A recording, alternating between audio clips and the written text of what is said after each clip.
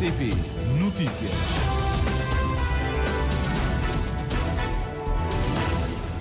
São 19 horas em Cabo Verde.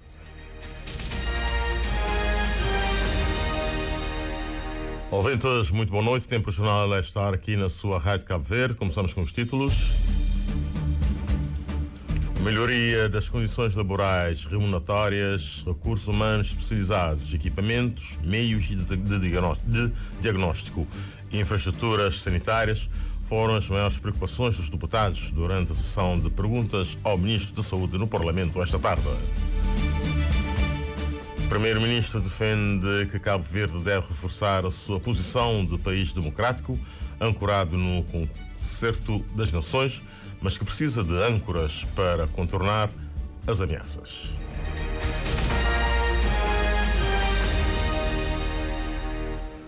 Vamos ao desenvolvimento. O Ministro da Saúde, Jorge Figueiredo, esteve hoje no Parlamento a responder às perguntas dos deputados dos diferentes círculos eleitorais do país. Melhoria das condições laborais remuneratórias, recursos humanos especializados, equipamentos, meios de diagnóstico e infraestruturas sanitárias foram as preocupações que mais se destacaram. A reportagem com o Eugênio Teixeira, que assistiu à sessão da tarde de hoje no Parlamento. O pontapé de saída em termos de perguntas foi dado pela deputada da UCID, Zilda Oliveira, que quis saber para quando a resolução de um conjunto de questões que afligem os funcionários do setor da saúde. Os profissionais de saúde, médicos, enfermeiros, técnicos e pessoal de apoio operacional têm enfrentado problemas laborais vários, que vão desde a sobrecarga laboral à precariedade laboral e a inequidades várias. Perguntamos, Sr. Ministro, para quando a resolução destas situações? Para quando o PCFR do pessoal de saúde? Em resposta, o Ministro da Saúde, Jorge Figueiredo, disse que a precariedade laboral no setor tem os dias contados e explica. Neste momento, o Governo já se sentou com os sindicatos e no próximo dia 11, pelas 10 horas, iremos ter um encontro definitivo sobre, portanto, o PCFR dos médicos e dos enfermeiros. Já estão totalmente absorvidos pelos sindicatos e esse documento dos médicos e enfermeiros estará totalmente resolvido. Também o dos técnicos de auxiliares de diagnóstica e terapêutica já estão totalmente absorvidos pelos sindicatos. Estão neste momento à espera de uma apreciação por parte do Ministério da Administração Pública para se juntar ao PCFR dos médicos e enfermeiros e serem também encaminhados para o Conselho de Ministros. Finalmente, os restantes técnicos serão entregues até ao final deste mês e completará, portanto, o PCFR para os técnicos da saúde. Neste momento, segundo o Ministro, existem cerca de 2.000 funcionários de quadro e 2.000 em regime de contratos, todos que serão devidamente enquadrados e verão os seus rendimentos salariais melhorados.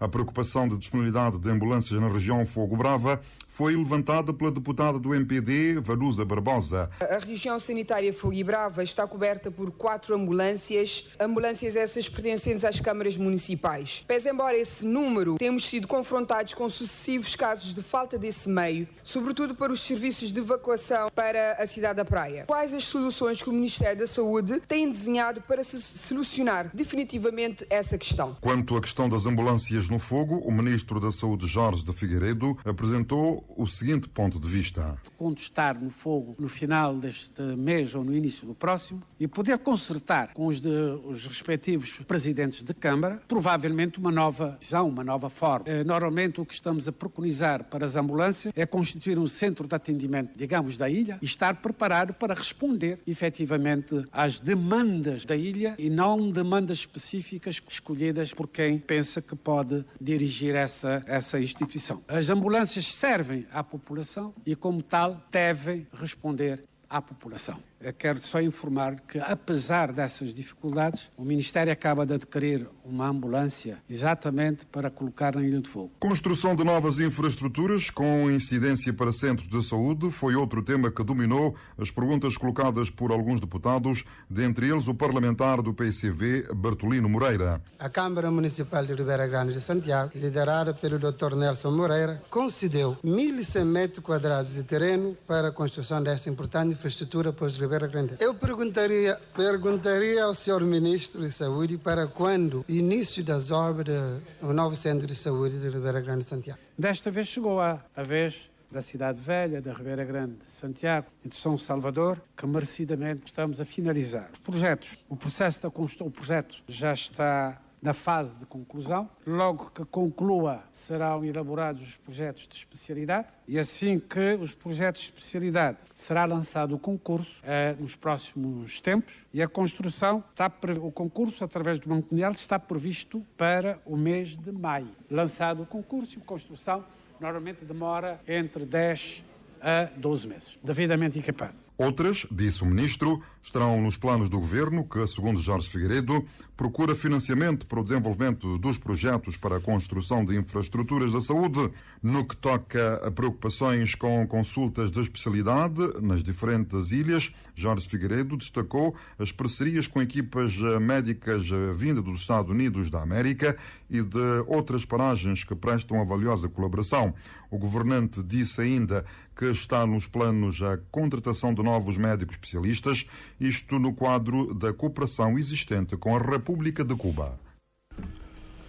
O primeiro-ministro defendeu hoje que Cabo Verde deve reforçar a sua posição de país democrático ancorado no concerto das nações, mas que precisa de âncoras para contornar as ameaças.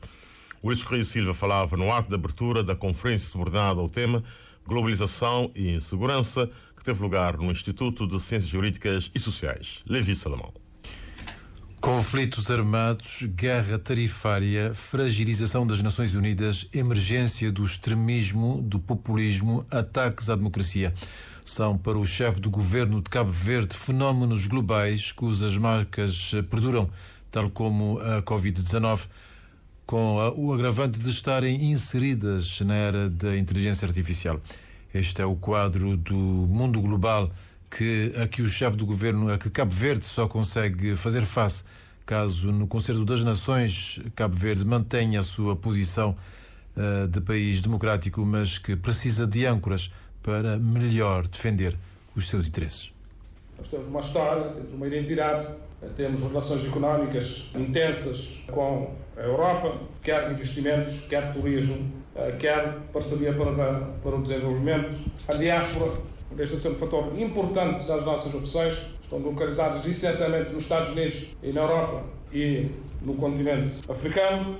A nossa localização é a necessidade de um país pequeno ter âncoras, quer para a economia, quer para a segurança. Por isso nós definimos desde cedo que o centro do nosso interesse enquanto país está no Atlântico Médio e nessa ligação e nesse triângulo entre as Américas, a África e a Europa. E na base dessas opções, nós entendemos que a Cabo Verde deve manter e aprimorar um posicionamento de distinção no Concerto das Nações pela democracia em primeiro lugar, boa governança, credibilidade, boa reputação, confiança e previsibilidade das relações com os nossos parceiros e com os investidores. Ulisses Correia Silva lembrou que a segurança marítima foi definida como elemento central no novo conceito estratégico de defesa nacional, devido precisamente aos riscos da localização geográfica ou geoestratégica de Cabo Verde. Nós temos uma parceria especial com a União Europeia e tem um pilar de segurança e estabilidade. Pertencemos às opacas, que é a Zona de Paz e Cooperação do Atlântico Sul, que engloba Angola, Argentina, Brasil, Cabo Verde, Gâmbia, Guiné-Bissau, Guiné-Conakry e alguns outros países. Nós temos a sede do Centro Multidimensional da Coordenação Marítima da Zona G, que engloba Gâmbia, Guiné-Bissau, Mali, Senegal e Cabo Verde, que tem exatamente uma função de coordenação visando precaver e combater a insegurança e criminalidade e pirataria marítima e facilitar o comércio entre os países. Temos uma opção muito clara da parceria com a NATO. Isto está estabelecido no Conceito Estratégico de Defesa Nacional relativamente à segurança marítima, na tal perspectiva de que país pequeno e localizado onde nós não estamos, de tudo aquilo que é a nossa configuração e tendo em conta tudo aquilo que são as ameaças, são ameaças reais. Então as opções que nós temos de tomar hoje não é só para o dia de hoje, é para ter Cabo Verde um país seguro para as próximas gerações. E tem que ter âncoras e alianças claras relativamente a essa matéria. Ter âncoras, sublinha o chefe do governo, porque o não alinhamento, que no entender de Ulisses Correia Silva nunca existiu, é cada vez mais romantismo. O primeiro-ministro falava no ato de abertura da conferência subordinada ao tema Globalização e Insegurança, promovida pelo Instituto de Ciências Jurídicas e Sociais. O Ministro do Mar juntou-se esta tarde à rede Marigual, que defende que as instituições devem disponibilizar todos os dados sobre o VBG e casos de feminicídio em Cabo Verde. Jorge Santos falava esta tarde no encerramento da cerimónia de formalização da rede interinstitucional de promoção de igualdade e equidade de género, prevenção e combate à violência baseada no género no setor da pesca sustentável em São Vicente. Albertino Brito. O Ministro do Mar foi esta tarde encerrar o encontro de formalização da rede Marigual e acabou por associar-se à organização na defesa da divulgação de dados que dizem respeito à VBG. É que para Jorge Santos, a rede Marigual, para além de defender a igualdade e a equidade de género, faz uma pedagogia contra a violência baseada no género VBG. Principalmente a nível das ilhas, os dados desagregados, para poderem fazer o trabalho de sensibilização e pedagógica junto das comunidades. Portanto, querem saber na Ilha de São Vicente quais são os dados estatísticos que existem, na Ilha de Santo Antão, na Ilha de São Nicolau ou dentro da ilha em que bairros, para poderem fazer o seu trabalho.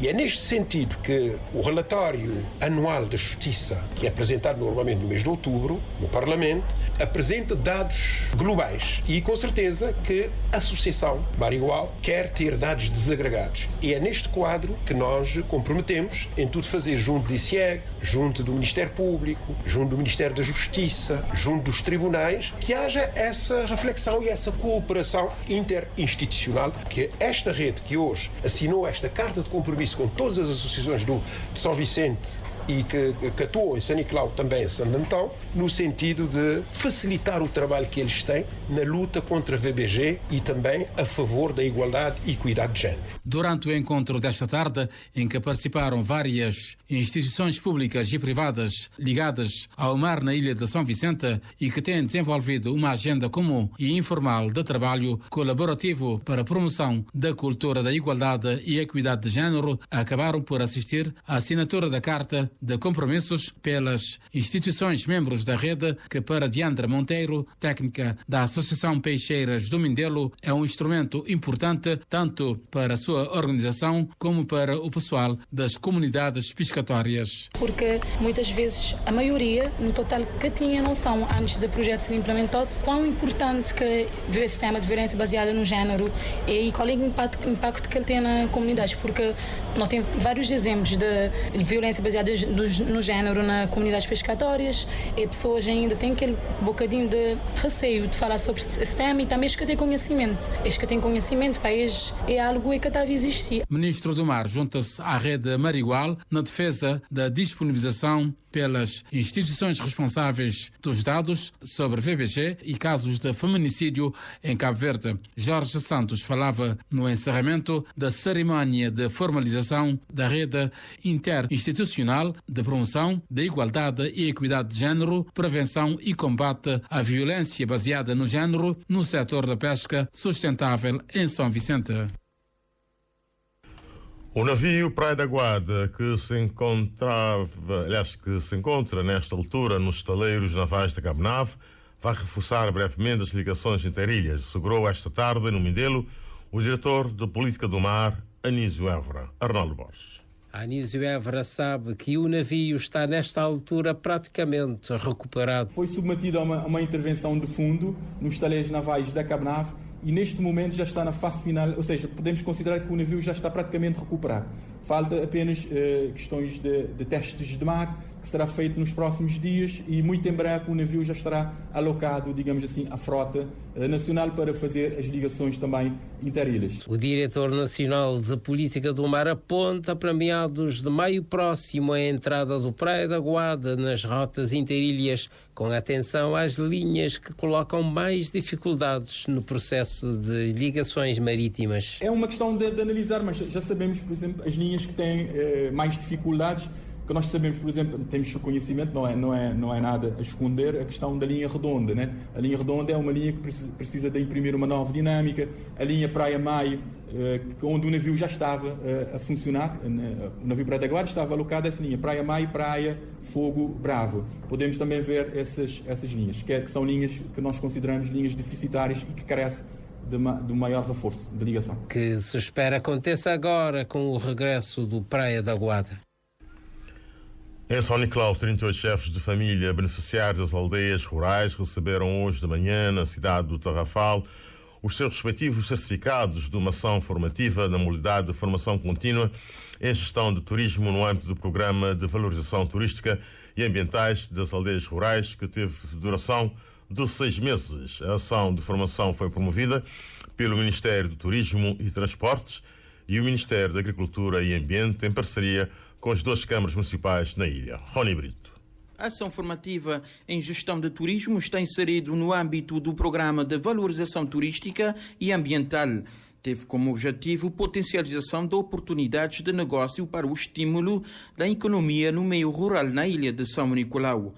Conforme a coordenadora do Programa de Valorização Turística e Ambiental das Aldeias Rurais, a ação de capacitação teve carga horária de 250 horas, dividida em 12 módulos. Programa do governo financiado pelo Fundo de Ambiente e Fundo de Turismo, no montante de aproximadamente 918 milhões de escudos. O programa tem duração de 5 anos, também até 2026. Foi abordar temas fundamentais: a educação financeira, turismo e interdisciplinariedade, atendimento ao cliente, marketing digital, agronegócio, gestão de pequenos alojamentos, empreendedorismo, inglês e francês básico, informática básica, higiene e segurança alimentar. Uma ação de capacitação que contou com boa adesão por parte dos beneficiários das aldeias rurais do Vale da Ribeira Brava e da zona de Fragata. Edviras Fernandes disse que os formandos estão a partir de hoje mais capacitados para receber turistas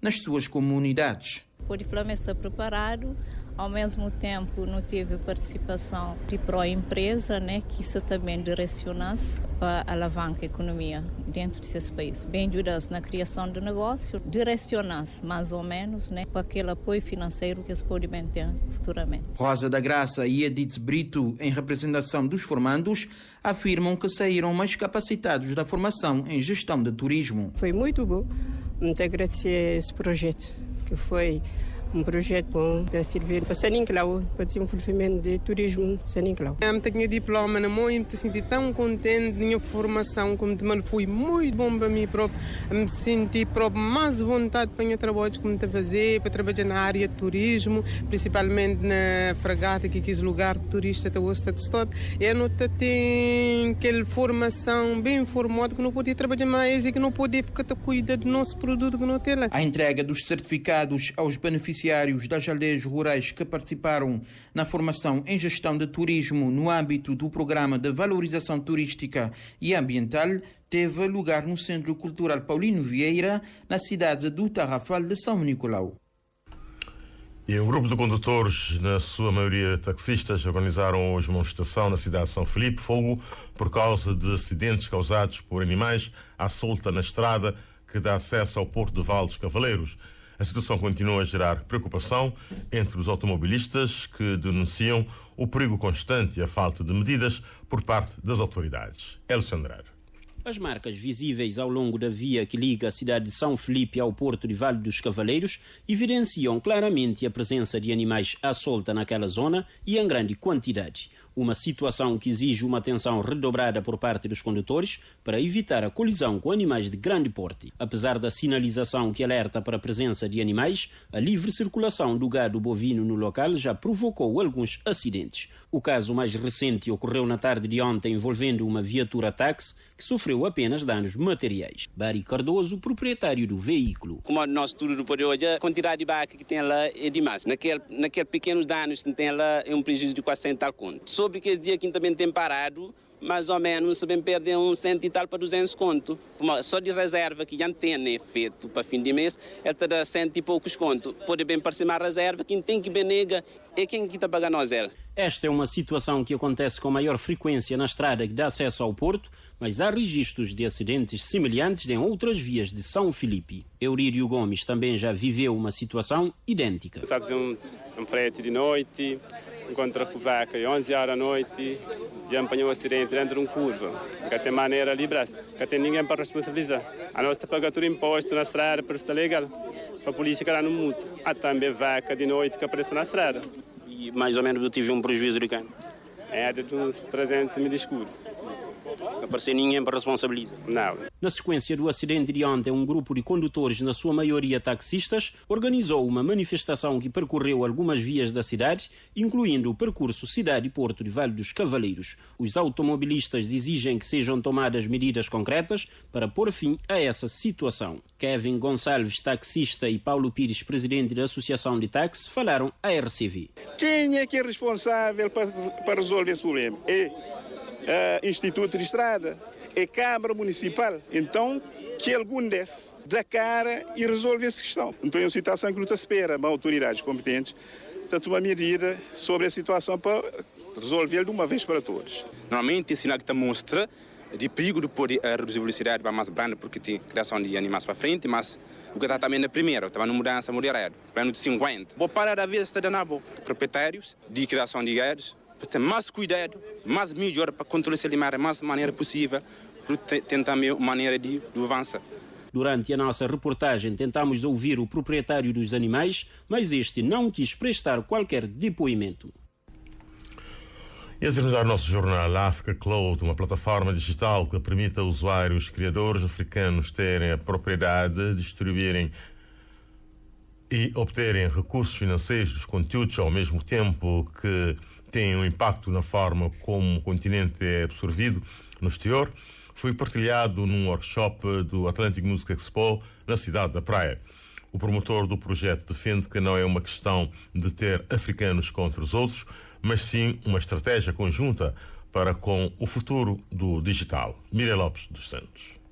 O projeto Africa Cloud foi apresentado num workshop no Atlantic Music Expo por Lanre Ossibona, especialista em tecnologia da empresa Foresight Knowledge Hub. Para o mesmo promotor, a Africa Cloud é uma estratégia africana para o futuro digital. Africa Cloud basically is a whole new concept of users Africa Cloud basicamente é um novo conceito de usuários e criadores no continente de terem a propriedade de gerarem recursos financeiros e distribuírem conteúdo digital à medida que é criado. Como podem ver, o futuro é sobre criatividade no mundo digital. É uma nova forma de trabalho, mas o que está em falta é quem detém todos esses dados. Não é controlado por nós, não temos poder sobre ele no que toca a distribuição. Por isso, o plano é criar uma base de dados que permita aos 1,5 bilhões com menos de 19 que devem aumentar para 3,2 bilhões nas próximas 5 décadas, ter propriedade, transformar em dinheiro e distribuir e agregar a todos esses dados. E dessa forma teremos melhores ganhos a nível de blockchain, inteligência artificial e em todas as tecnologias que vão surgir. E a ideia é trabalhar com parceiros. Isso não somos nós contra ninguém. Isto é sobre nós termos uma estratégia intencional e deliberada para o futuro. O projeto Africa Cloud precisa efetivamente do envolvimento das entidades governamentais, quanto mais não seja a nível regional. Não é uma plataforma que pode ser construída por um indivíduo ou apenas por um país. Tende a ser colaborativa e, no mínimo, ao nível regional, mas, em última instância, a nível de todo o continente. Dessa forma, beneficiaremos da nossa diversidade, a diversidade de criação, a diversidade da música e arte, e podemos literalmente distribuir isto para o resto do mundo, controlar e gerir o que entra no nosso espaço e a forma como somos caracterizados, controlar o tipo de conteúdos que entra e como é retratado lá fora. Acima de tudo, cria uma nova forma de trocas comerciais digitais. More than anything else, it creates a whole new opportunity in terms of digital trade. O projeto Africa Cloud, na perspectiva do administrador executivo do Núcleo Operacional para a Sociedade de Informação NOSI, Lumumba Barbosa, é execuível. Digamos assim, Cabo Verde há muito que apostamos claramente naquilo que é o digital, naquilo que é disponibilizar soluções num único sítio ou para que todos possam aceder, não é? Porque até a nossa situação geográfica o impõe, não é? Então o mundo também o impõe neste momento. Portanto, é execuível a todo nível. O mesmo responsável do NOSI, que também foi um dos painelistas do workshop da tarde do Atlantic Music Expo, reforça que para esse tipo de projetos os desafios passam nomeadamente por continuar a investir nas infraestruturas para a comunicação. E quando temos 19 horas mais 25 minutos, chegamos ao fim do nosso jornal de hoje, dia 9 de abril de 2025. Aos caros ouvintes, votos de muito boa noite e boa sintonia com a Rádio Cabo Verde. Nós voltamos amanhã à mesma hora. Boa noite.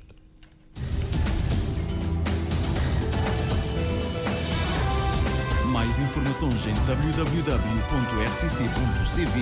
e na aplicação RTC Mobile.